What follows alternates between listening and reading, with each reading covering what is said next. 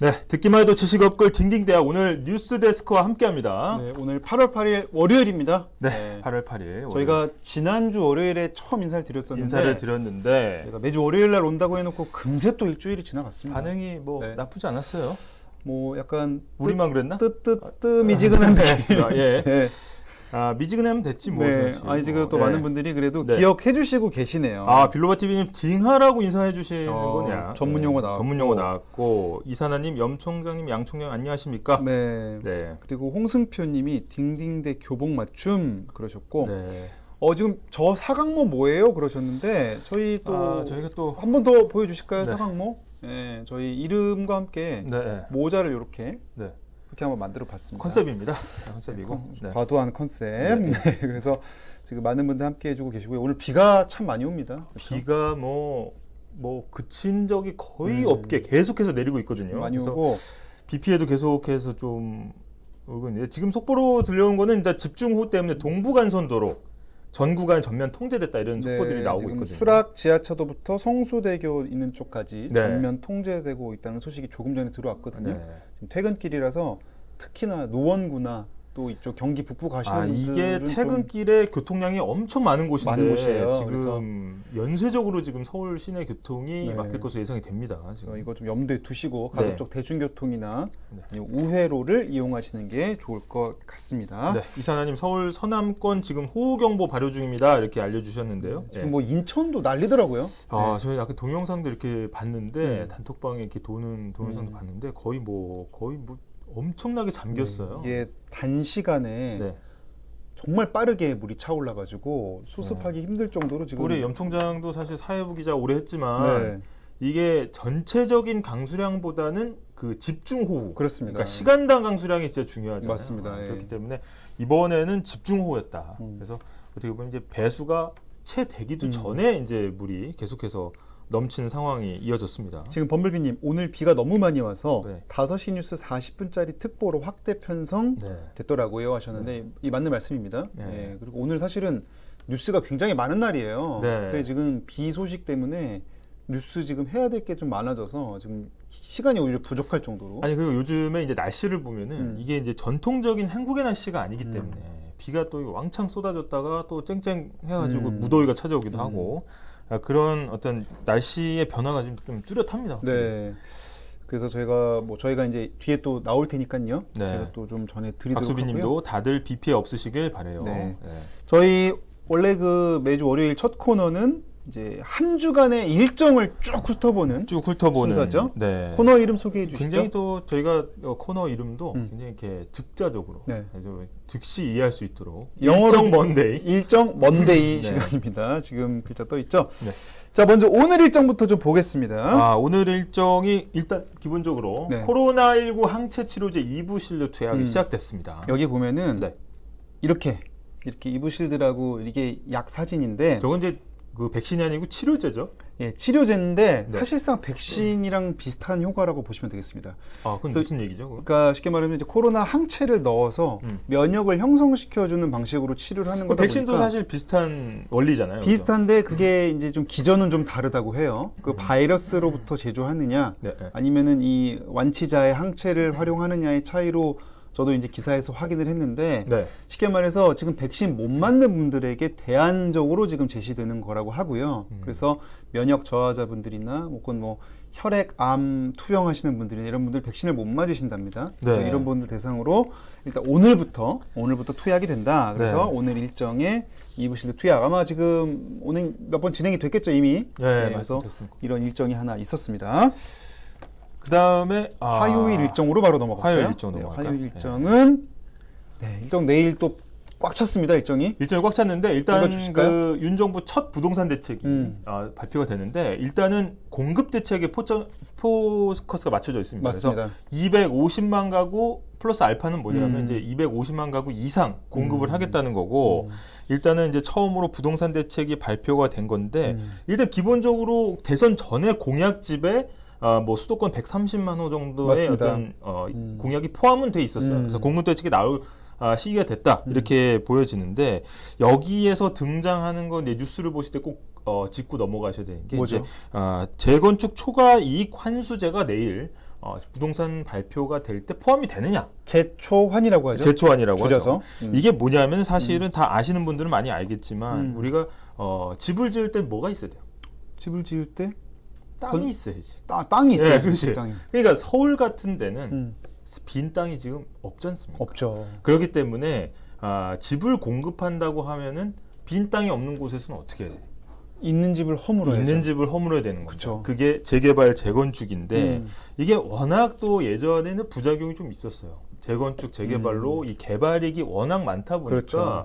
이게 그냥 어떻게 보면 거기서 그냥 살고 싶은 사람들조차도 동의를 한 다음에 이제 내보내는 거기 그 부분에서 부작용이 많았는데 그런 것도 있었죠. 그래서 이제 재건축 재개발을 조금 이제 억제를 해야 되겠다 해서 생긴 게 바로 재건축 초과이익 환수제입니다. 그러니까 이익이 어마어마하게 나니까 너도나도 달려들 거 아니에요. 그걸 좀 이익을 좀 줄여보자 해서 사실은 뭐 이것 빼고 건축비 빼고 못 빼고 다 한 다음에 이 초과이익이 어떻게 보면 3천만 원 이상 그렇죠. 나는 거에 대해서는 그 개발이익의 최대 절반까지도 이제 국가에서 환수하는 그렇습니다. 건데 뭐 말이 많았어요. 이게 왜 아니 그러니까 쉽게 말해 이거예요. 내 땅이 요만큼 있잖아요. 그치. 근데 요 땅인데 내가 1층만 짓고 살 때는 뭐 당연히 내 집이죠. 네. 근데 10층을 지어? 그럼 집이 9개가 늘어나는 거 아니에요? 그 9개는 또 일반 분양해서 거기에서 또 개발이익이 나옵니다. 근데 사실은 그거는 어떻게 보면은 공공의 어떤 규제 완화로 가능해졌다는 거지. 그렇지. 이거 너 혼자 잘해서 얻은 이익이 아니라 이거는 조망도에 칠 수 있고 또 어쨌든 공중에 모두가 누리는 이 공간을 네가 점유한 거니까 이에 대한 이익을 내놔라. 쟁점이 하나 더 있었어. 왜냐하면은 이 쟁점이 뭐냐면 그래 그렇다 치자. 근데 실현된 수익에다 과세를 해야지. 그렇지. 이건 아직 팔리지도 않았는데 과세를 하면 재건축 초과이익 환수제 때문에 개발이익 내느냐고 집 팔아야 되냐 뭐 이런 것도 있었거든요. 그래서 이게 헌재까지 갑니다.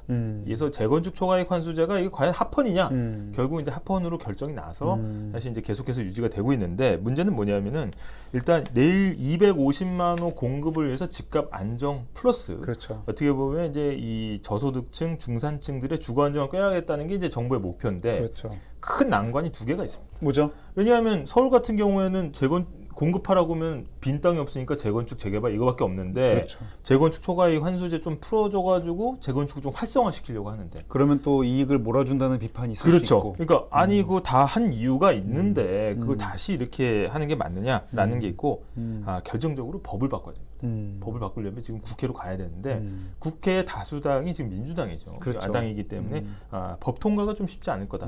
이게 하나가 있고 두 번째 난관은 뭐냐 하면 지금 집을 짓는데 돈이 과거하고 달라요. 이 원자재 가격이 많이 올랐습니다. 원자재 가격이 많이 올랐기 때문에 그래 재건축 초과이익 환수제 완화돼서 집 좀 짓는다 치자.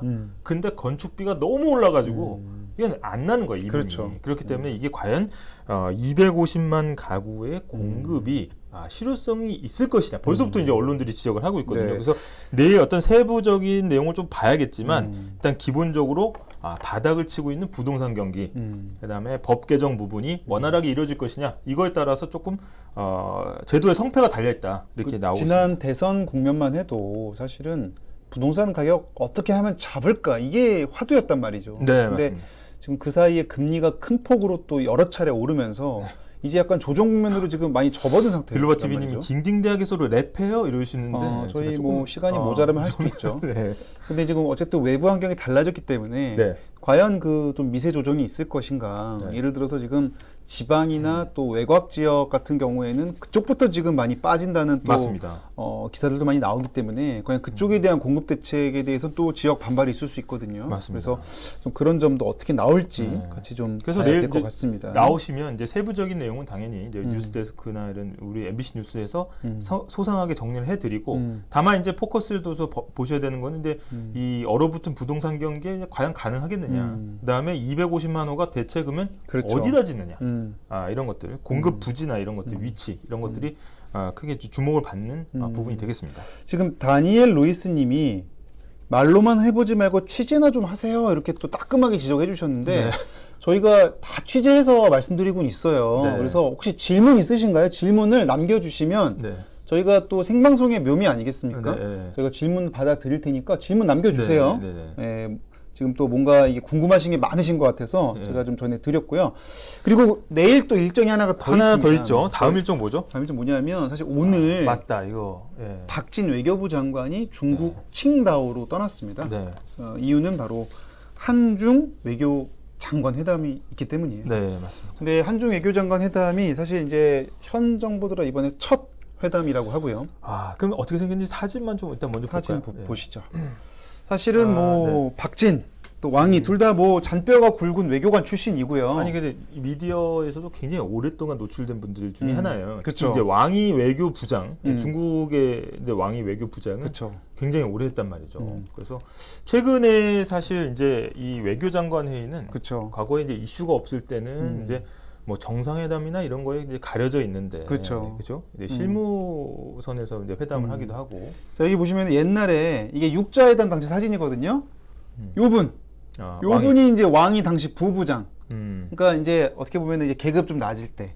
그리고 사실은 이제 또 박진 외교부 장관 같은 경우에도 우리 전에 한번 보여드렸죠. 네. 그 김영삼 클린턴 마라톤으로 검색해 보겠습니다. 네. 조깅 아니에요? 조깅? 조깅. 마라톤은 좀. 마라톤은. 자, 여기 보면은 여긴가요? 여기네. 이게 이제 옆에서 뛰면서 통역하던 사람. 그죠. 한미 정상회담 당시 사진인데 그때 이제 김영삼 대통령이 페이스를 막 올렸어요. 기선제압한다고. 근데 당시 통역하면서 뛰던 바로 이 통역 비서관이 당시 박진 외교부 장관이었습니다. 그래서 둘 다 어쨌든 외교관으로 서로 아마 알았을 겁니다. 과거에. 굉장히 오랜 세월 동안 이제 같이 했는데. 신문정님 마라톤이라니 죄송합니다. 큰일 납니다. 정상들이 마라톤 하면 큰일 납니다. 조깅. 그래서 이제 그 어떻게 보면 아주 관록 있는 두 외교관이 그 외교 장관이 지금 만나는 시점이 굉장히 미묘해요, 그죠? 근데 왕이 부장은 최근에 뉴스에 등장한 거는 일단 그 펠로시, 낸시 펠로시 그 미국 하원 의장이 대만을 방문하면서 이 왕이 부장이 이 외교관의 수사가 원래 모호한데. 그렇죠. 굉장히 직설적으로 맞습니다. 막 뭐 말이 험악했어요. 험악하게 피 흘릴 것이다. 뭐 머리가 깨진다느니 불장난하면 불에 타 죽는다. 뭐 이런 식의 말들이 나왔었는데 사실 이제 왕이 외교부장이랑 박진 외교부 장관은 그 전에 처음 만나는 건 아닙니다. 다자 회담할 때 만난 적이 있는데 그때 이제 박진 외교부 장관이 이런 말을 했어요. 일방적 현상 변경에는 반대한다. 뭔 소리예요? 이 말 뭐냐면 이제 중국이 국력이 많이 올라온 건 알겠는데 너무 또 맘대로만 하는 건 우리도 안 되지. 약간 이런 식의 뼈 있는 이야기를 건넨 겁니다. 이제 그때만 해도 사실 이제 좀 긴장 관계가 있고 또 어떤 이제 정권 초기에 또 한미 관계, 한중 관계 사이에서 균형 잡아야 되는 뭐 그런 입장이긴 했는데 상황이 많이 바뀌었습니다. 바로 이 펠로시의 대만 방문 이후에 중국이 막 군사적 위협도 높이고 일단은 그 대만은 완전히 봉쇄를 한 다음에 군사 무력 시위를 했잖아요. 이게 어떻게 보면 살짝 스파크만 터져도 바로 전쟁으로 갈 수 있는 상황이 계속 이어졌는데 제가 보니까 이 현 정부 고위급 인사로는 처음으로 중국 방문이고 현안은 저희가 이제 뭐 알 수는 없고 예측을 할 뿐인데 뭐 칩4는 뭐 좀 설명이 좀 필요하죠. 그러니까 이제 칩4는 이제 반도체를 주로 만드는 4개 나라를 지칭하는 말입니다. 그래서 이제 한국, 우리나라 포함돼 있고요.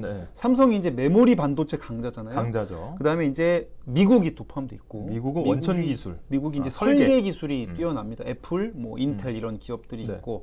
그다음에 대만이 이제 TSMC라고 해서 이제 특히 시스템 반도체, 굴제 반도체, 그렇죠. 위탁 생산에 또 강점이 있고, 파운드리라고 보통 하죠. 그리고 일본이 또 홍수표님 G4 아니고요. G4 아닙니다. 칩4. 그래서 발음이 약간 좀 미국이 지금 그 칩4 동맹을 구성해서 그 4개 나라를 토대로 이제 반도체 공급망을 미국 주도로, 그렇죠. 중국을 제끼고. 그죠. 이게 우리끼리 제끼는 그러니까 어쨌든 배제하고 그런 구상을 좀 노골적으로 드러내고 있다 보니까 중국 입장에서 당연히 좋아할 리가 없죠.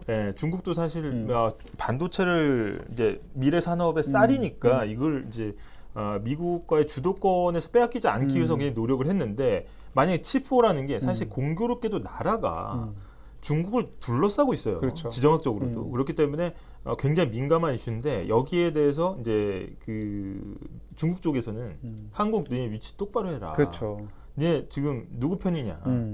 그렇게 해서는 안 된다라고 아마 강한 메시지를 줄 수 있겠죠. 왜냐면 우리가 사실 비슷한 전례가 과거 사드 배치 당시에 또 경제 보복이 한 번 있었고요. 네. 그리고 얼마 전입니다. 몇 달 안 됐습니다. 요소수 사태 기억나시죠? 아, 요소수도 네. 사실 뭐 요소수가 무슨 첨단 기술 아니잖아요. 그렇죠. 첨단 기술 아닌데 요소수 없으니까 나라가 거의 그렇죠. 물류가 지금 완전히 멈출 뻔했죠. 디젤 차량에 필수적인 요소수가 없으니까 중국 의존도가 그때 90%가 넘었나 그랬거든요. 그러니까 소방차 멈춰, 버스 멈춰 막 온 나라가 난리가 나고 그래서 이 참 공급망이라는 게 이렇게 중요하구나라는 걸 좀 일깨워준 사건인데. 아니 사실 이제 이 요소수라는 것 자체가 우리가 못 만들어서 중국에 넘긴 건 아니잖아요. 그렇죠. 사실 채산성이 안 맞아서 그런 건데 과거에는 뭐 돈 주면 사다 쓰지 이런 생각이 있었지만 지금은 아예 그걸 막아버리면 굉장히 곤란한 지경에 올 수가 있는 거죠. 지금 라이언님이 중국이 우리나라 반도체 60% 이상 수입해 가는데 얘기해 주셨는데 맞습니다. 사실은 중국이 뭐 반도체뿐만 아니고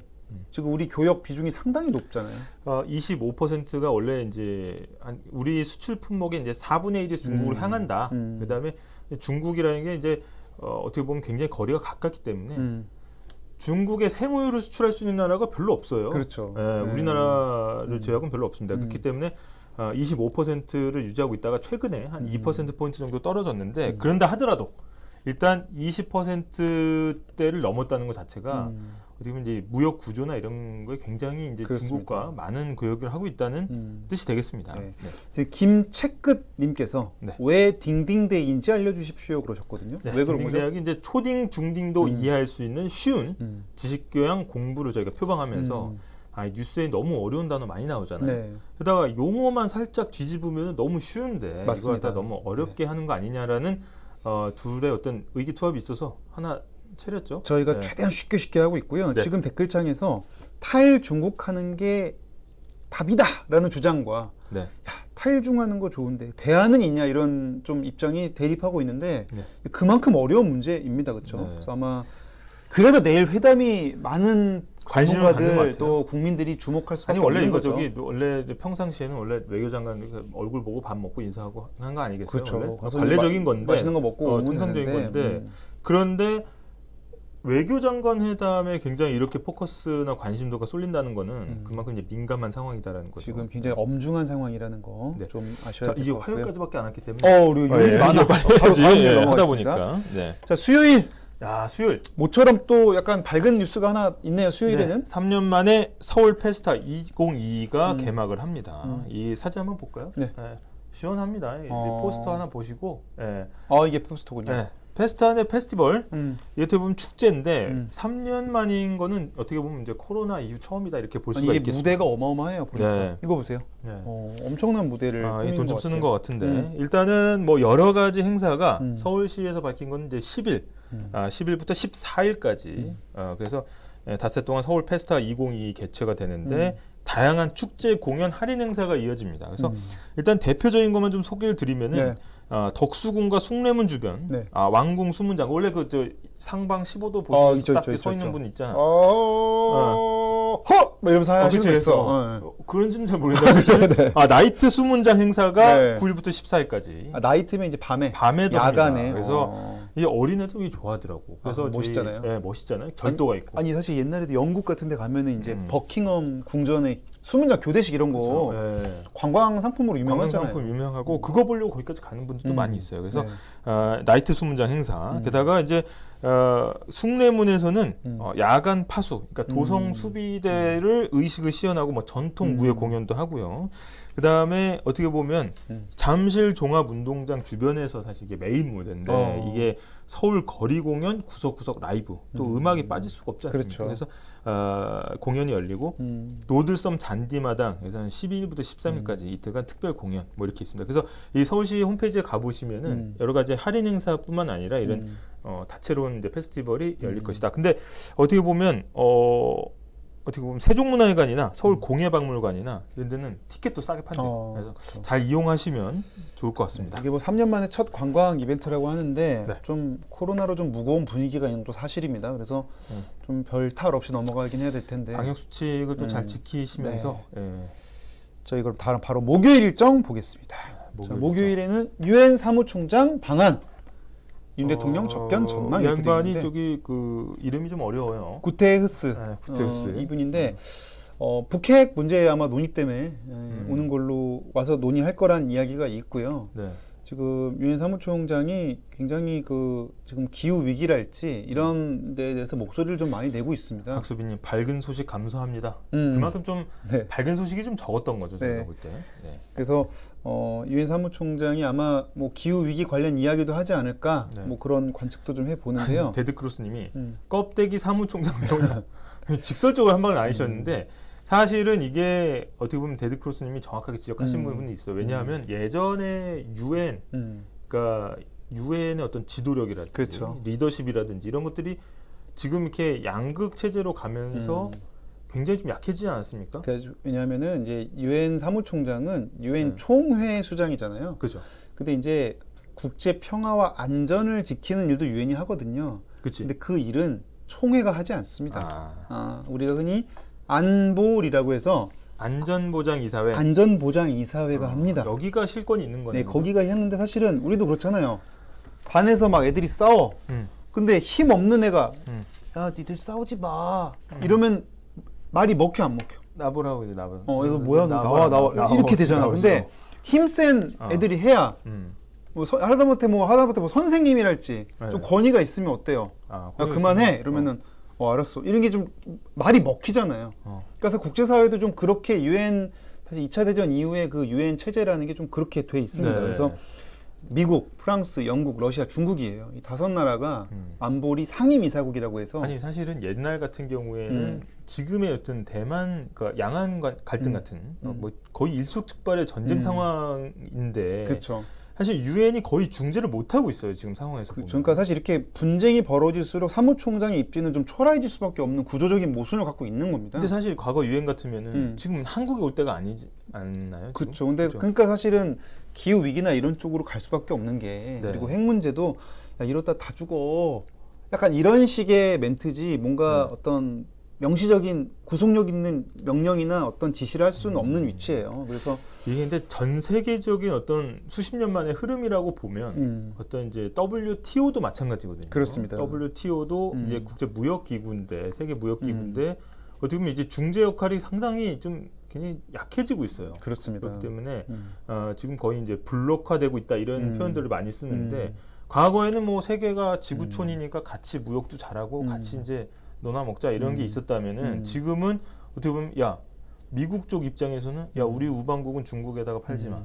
중국 입장에서는 야 우방국은 미국하고 사이좋게 지내지 마. 그렇죠. 그러니까 선택을 강요하는 지점이 왔기 때문에 지금 그렇게 따지면 유엔의 중재력은 더 좀 작아진 거 아니냐. 그러니까 사실 뭐 중국의 외교 정책 중에 부동존이라는 게 있어요. 뭐야 그건 또? 겹치는 것부터 합시다 우리. 서로 이익이 겹치는 것부터. 서로 의견 다른 건 잠깐 제껴놓고 우리 의견 맞는 것부터 합시다. 이런 거거든요. 근데 이게 한 10년 전만 해도 10년도 안 됐습니다. IS라고 해서 이슬람 국가. 좀 극단 근본주의자들. 그 IS와의 전쟁은 러시아랑 미국이 힘을 합쳤습니다. 그러니까 구동존이의 어떤 교집합이 그나마 있었어요. 공동의 적이 있었어. 근데 사실 지금은 그런 존재감도 많이 사라진 상태에서 서로 전쟁을 하고 있는 상태라서 더더욱 유엔의 리더십이 좀 약한 그런 상황입니다. 제일 필요할 때인데, 그죠? 오히려 저 필요할 때인데. 그래서 저희가 목요일날 사무총장의 말도 좀 짚어보고요. 삐까뻔쩍님 수도권만 집중호우인가요? 잠시만 기다려주세요. 저희가 바로 나옵니다. 그리고 마지막으로 금요일 일정만 짧게 보고 넘어가겠습니다. 네. 윤 대통령 광복절 특사 발표. 이게 근데 짧게 보고 싶은데 짧게 볼 수가 좀 없는 부분이긴 한데. 이번 주에 이게 있군요, 또. 네, 광복절 특사하면은 이제 과거에 또 영화도 있었죠. 그렇죠. 차승원 배우의 또 알면 이거 또 세대 나오는 저는 거야. 몰라요. 네, 저도 기억이 사실 안 나. 기록으로만 전했는데 잘 모르겠지만 일단 광복절 특사라는 특별 사면을 줄인 말입니다. 그래서 이번에 금요일에 윤 대통령이 광복절 특사 명단을 발표합니다. 그래서 대통령 혼자 정하는 건 아니고 특사 이게 사면위원회를 통해 가지고 명단을 정합니다. 그런데 여기에 이제 포함될 정치인과 기업인을 두고 계속해서 이제 예측이 나오는데 몇 명이 계속 거론이 되죠. 가장 이제 정치권 인사 중에서 눈에 띄는 거는 이명박 전 대통령. 사면할 것인가? 네, 횡령과 뇌물 등의 혐의로 징역 17년 선고 받았는데 이게 올해 6월에 형 집행정지로 일단 나와 있는데 이 중에 이제 보면은 이 부분을 아예 사면, 그러니까 죄를 사해 줄 것이냐, 이 부분이 일단은 가장 사면이 이제 죄를 사하여 벌을 면한다, 이걸 줄임말이란 말이죠. 그렇죠. 완전히 그냥 원 상태로 복구해 주는 거죠. 네, 그래서 이제 어떻게 보면 이제 여권에서의 어떤 부분이라고 할 수 있겠고, 이 균형감을 맞추려면은 야권에서는 이제 그 드루킹 댓글 조작 사건이죠. 김경수 전 지사, 김경수 전 경남지사의 사면 가능성이 계속해서 나오고 있습니다. 그래서 뭐 사면이냐 아니면은 뭐 가석방이냐 뭐 이런 또 얘기도 있고요. 복권이냐 뭐 이런 얘기 있는데, 그리고 이제 이렇게 정치인 중에서는 사면 복권 얘기가 나오고 있고, 다만 이제 경제인 가운데서는 이제 이재용 삼성전자 부회장의 그렇죠. 사면 가능성이 높은 걸로 이제 알려져 있습니다. 왜냐하면 국정농단 사건으로 징역 2년 6개월을 확정받아 복역하다가 사실은 이제 그 지난해 8월에 가석방으로 풀려났습니다. 그래서 형기는 이미 종료가 됐는데 이게 받은 이제 그 형이 있잖아요.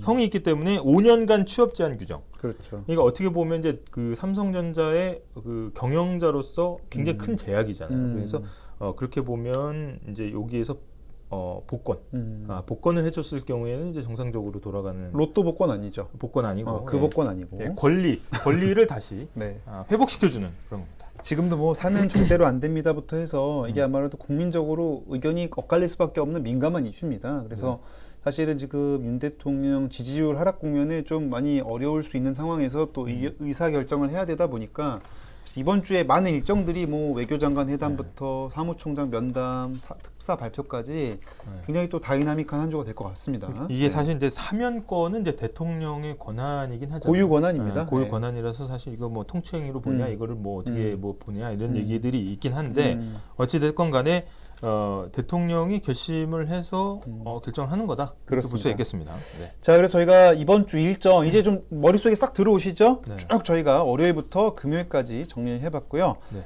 뉴스프리데스크와 뉴스데스크 함께 하시면 또 다 자세히 보실 수가 있겠습니다. 네. 자, 그리고 저희가 이제 다음 수 넘어가야죠. 다음 순서는 이제 뉴스 볼 때 좀 짜증나게 하는 것도 있지 않습니까? 이게 용어 같은 거. 빌런들. 그런 빌런들, 답답한 빌런 잡아다가 저희가 때려 부숴드리는 빌런 사냥 코너로 넘어가 보겠습니다. 가보시죠.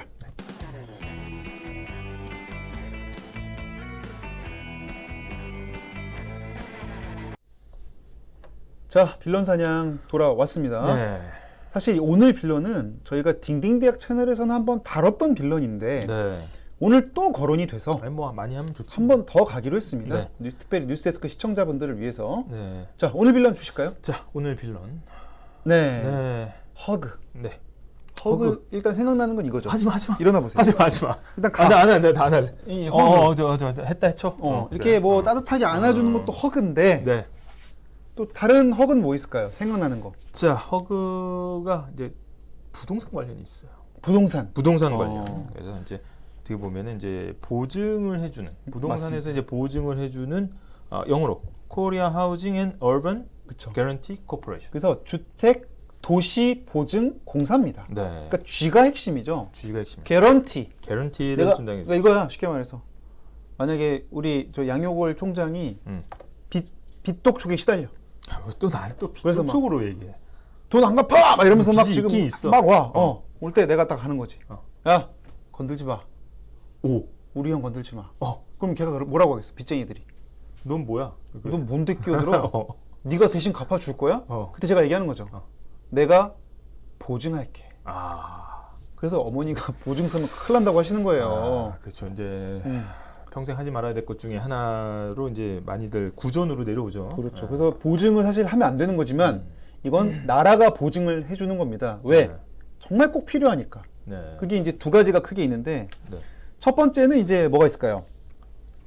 우리 이제 부동산으로 따지면 이제 보증금 지켜야 되잖아. 보증금 지켜야지. 그래서 거의 전 재산인데. 전세 보증 허그가 합니다. 그렇죠? 그거 하나가 있고 두 번째가 또 이게 집 살 때도 또 중요한 게 있습니다. 집 살 때 돈을 좀 끌어와야 되니까. 분양 보증이란 걸 해야 돼요. 분양 보증. 왜냐하면 건설사들이 집 짓다가 부도가 나면 어떻게 되겠어요? 부도가 나면은 이제 다 못 짓고. 그냥 아니 집 낸 수분양자들을 어떻게 하냐? 들어갈 집이 없잖아. 집이 없어지는 거지. 그러니까 보증을 세워서 걱정 마세요. 건설사가 망해도 저희가 끝까지 짓도록 해서 짓도록 해드립니다. 이렇게 해서 사실은 국민들의 삶에 꼭 필요한 두 가지 세입자로서의 전세 보증 또 이런 집을 새로 분양받을 때 분양보증 이런 것들을 이제 하는 곳인데 사실은 이제 최근에 좀 문제가 생겼습니다. 바로 이 깡통 전세 논란이 좀 일었어요. 깡통 전세 논란. 이 깡통 전세를 좀 설명을 드리면은 이제 어떻게 보면 이제 집값 하락 시기에 매매가가 점점 떨어지지 않습니까? 이제 집을 파는 값 그렇죠. 계속 떨어지는데 어딘가 사람은 살아야 되기 때문에 그렇죠. 그 다음에 2년, 4년 단위로 끊기는 전세 계약은 네. 가격이 어느 정도 이제 고정돼 있으니까 전세금보다 밑으로 내려갈 경우에 매매가가 그렇죠. 굉장히 어려운 상황이 생깁니다. 만약에 이제 염총장이 이제 세입자야. 근데 만기가 됐어. 그렇죠. 그럼 어떻게 해? 내가 집주인이야. 돈 받아야지. 아, 난 못 주겠는데 자빠져. 난 못 주겠는데. 이 자식이 막 이런 것도 아니고 그치, 돈 내놔 막 이럴 거 아니에요. 아, 난 못 줘. 맘대로 해. 그럼 어떻게 하겠어? 그럼 뭐 집 경매라도 붙여야죠. 집 경매 붙여가지고 팔아야 될 거 아니야. 근데 집값이 보증금보다 낮아. 그럼 팔아도 보증금 떼이는 거예요. 그렇죠. 그리고 이 선순위 사람들이 많이 있을 경우에 또 엄청나게 피해가 있을 수 있고 이제 이 부동산 분야에서 특히 이제 보증 공사가 있는 건 뭐냐면 일단 단위 금액이 크고 그 다음에 한 번 뭔가 망가지면 연쇄적으로 부도가 날 수가 있어요. 그렇죠. 이런 것들이 있기 때문에 허그가 존재한다. 그래서 허그가 이제 보증을 해주는데 네. 이제 문제는 집 가치보다 높게 보증을 해준 게 문제가 됐습니다. 네. 그러니까 1억짜리 집인데 막 전세금이 1억 5천인데 여기까지 오늘 문제가 됐습니다. 그래서 오늘 그 이 관련 부분에 대해서 내용이다. 집중 취재가 있죠. 그래서 뉴스데스크에서. 오늘 허그가 뭔지만 일단 챙겨 가시면 네. 허그가 저런 공기업이구나. 근데 이렇게 부동산 좀 분야에서 보증도 해주고 이해하시면. 보증금 보증도 해주고 분양 보증도 해주는 공기관이다. 그래서 사회생활 처음 하시거나 독립하시는 분들은 허그를 꼭 만납니다. 전세 대출하실 때 부딪히게 돼 있어요. 네. 한 번쯤은 부딪힐 수밖에 없는 빌런이다. 그래서 삐까번쩍님이 경매는 폭망각 이렇게 말씀하셨는데 경매가가 이제 유찰이 몇 번 되면은 그렇죠. 뭐 절반으로 떨어진 경우도 있고. 그렇죠. 네.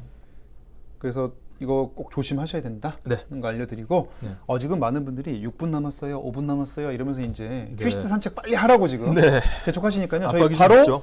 오늘의 뉴스의 맛보기 맛보기 큐시트 산책으로 넘어가겠습니다. 넘어가겠습니다.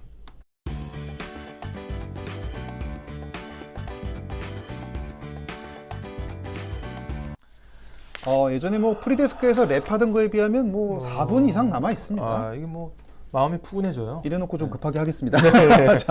자, 오늘 첫 번째 하나 볼까요? 아는 분들은 아시겠지만 이제 노 대장님 계실 때는 일부러 제가 출연했을 때는 한 2분 드렸어요. 끌어. 근데 저 마음 급해요. 빨리 좀 얘기해보자.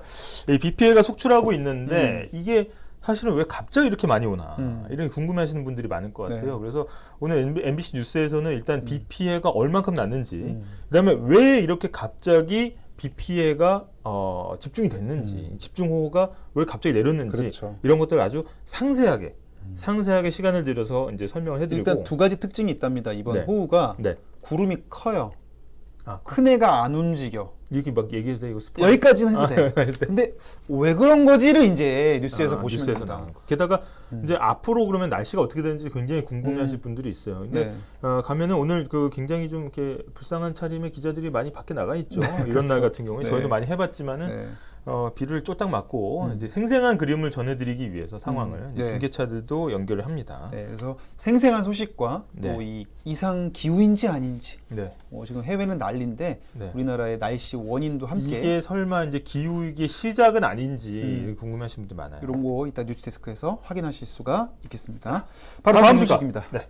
자, 이거 오늘 뜨겁게 달군 소식입니다. 네, 박순애 한 달 만에 사퇴. 네, 교육부 장관 및 이제 부총리죠. 근데 말이 좀 많았어요. 뭐 음주운전, 뭐 논문 표절. 근데 사실 인사청문회를 건너뛰면서 전국이 혼란할 때 임명이 강행됐었죠. 네, 근데 이제 교육부 업무 보고를 하면서 만 5세 초등학교 입학. 이게 사실 여론 수렴이 거의 안 됐지 않습니까? 그렇죠. 그래서 논란이 엄청 커졌고 게다가 그 양쪽 어느 쪽에서도 좀 환영하지 않는 정책이 되면서 크게 논란이 있었습니다. 그러니까 만 5세 입학도 이제 공약이 없는 내용인데 좀 급히 나왔다는 얘기가 있었고 특히 이제 외고 폐지론 같은 경우에도 그게 사실 이제 활용점, 그러니까 아주 이제 방아쇠를 당긴 거죠. 어떻게 보면은. 그래서 결국은 이번 정부에 임명된 장관으로서는 첫 사태가 낙마 사례가 되겠습니다. 나왔고 네. 이 사건이 좀 이례적인 건 뭐냐면은 이제 반정부 시위나 뭐 정책에 반대했던 그쪽 진영을 보면은 뭐 사립유치원연합회랄지 기존에 어떻게 보면 지지 세력으로 분류됐던 분들마저도 좀 이렇게 반대하면서 제가 아까 양쪽에서도 좀 환영 못 받았다 말씀드린 거는 약간 이제 이게 이쪽이든 저쪽이든 여론을 충분히 수렴하고 나서 발표를 했어야 되는데 이게 너무 좀 성급하게 진행이 됐다. 그래서 오늘 뉴스데스크에서는 요 어떤 과정을 통해서 임명이 됐고 어떻게 보면 사퇴까지 이르렀는지를 아주 소상하고 자세하게 설명을 해드립니다. 사퇴하면서 밝힌 발언도 직접 들으실 수가 있고요. 네. 자, 그리고 세 번째 소식은 뭡니까? 윤 대통령 초심 지키겠다. 초심 지키겠다. 사실 지난주에 휴가를 다녀왔습니다. 윤 대통령이. 그래서 휴가에서 오늘 복귀하는 날이었는데 첫 마디가 이제 초심 지키겠다였다고 해요. 이게 이제 초심이 이제 어떻게 보면 이제 인적 쇄신 논란이 굉장히 많이 요구 사항이 있었고 지지율이 상당히 좀 안 좋잖아요. 안 좋고 오늘 그 첫 낙마 사례가 나왔단 말이에요, 장관이. 그래서 이 초심 지키겠다라는 게 과연 어떤 이제 향후 전국 국정 방향이 어떻게 되는지 이런 것들을 저희가 이제 정치부 기자들이 잘 이제 취합을 해서 또 여기에 대한 전망까지도 포함을 해서 리포트를 하니까요. 요거 보시면은 오늘 어떻게 보면 이 박순애 장관 사태부터 이 휴가 복귀한 윤 대통령의 발언까지 싹 정리가 될 수도 있다. 저희가 이제 규칙들 보니까 그렇습니다. 그래서 오늘 이제 사실은 그 인적 쇄신을 사실상 거부한 거로 알려졌습니다. 어제까지는. 그래서 보좌진들이나 특히 이제 대통령실 참모진들에 대한 교체 요구는 거부한 걸로 보이는데요. 일단 장관 한 명 자진 사퇴로 시작을 했다. 이 정도까지. 이게 과연 그러면 앞으로의 이제 도미노 이제 인적 쇄신으로 이어질지 아니면은 이제 계속 과거 이제 박순애 장관 사태로 이제 일단락이 됐다고 보고 기조를 그대로 유지할지는 사실 그런 전망이 좀 들어가겠죠. 오늘. 그렇습니다. 그리고 마지막 소식 짧게 보면요. 나오네 이제. 허그. 우리가 또 큰 그림 그렸다고 볼 수 있어요. 허그 이렇게 안아주는 거 아닙니다. 안아주는 거 아니고 주택도시 보증공사다. 그렇죠. 이제 허그라는 뜻을 이제 저희가 설명드렸으니까 대충 이제 감을 잡으신 상황에서 오늘 기사를 보시면 이게 왜 이렇게 허그가 먹잇감이 됐냐. 전세 사기꾼들에 의해서 까지 전해드리면서 여기서 마무리하겠습니다. 마무리하겠습니다. 뉴스데스크 많은 시청 부탁드리고요. 저희는 다음 주 월요일에 뵙겠습니다. 하나, 둘, 셋. 딩딩.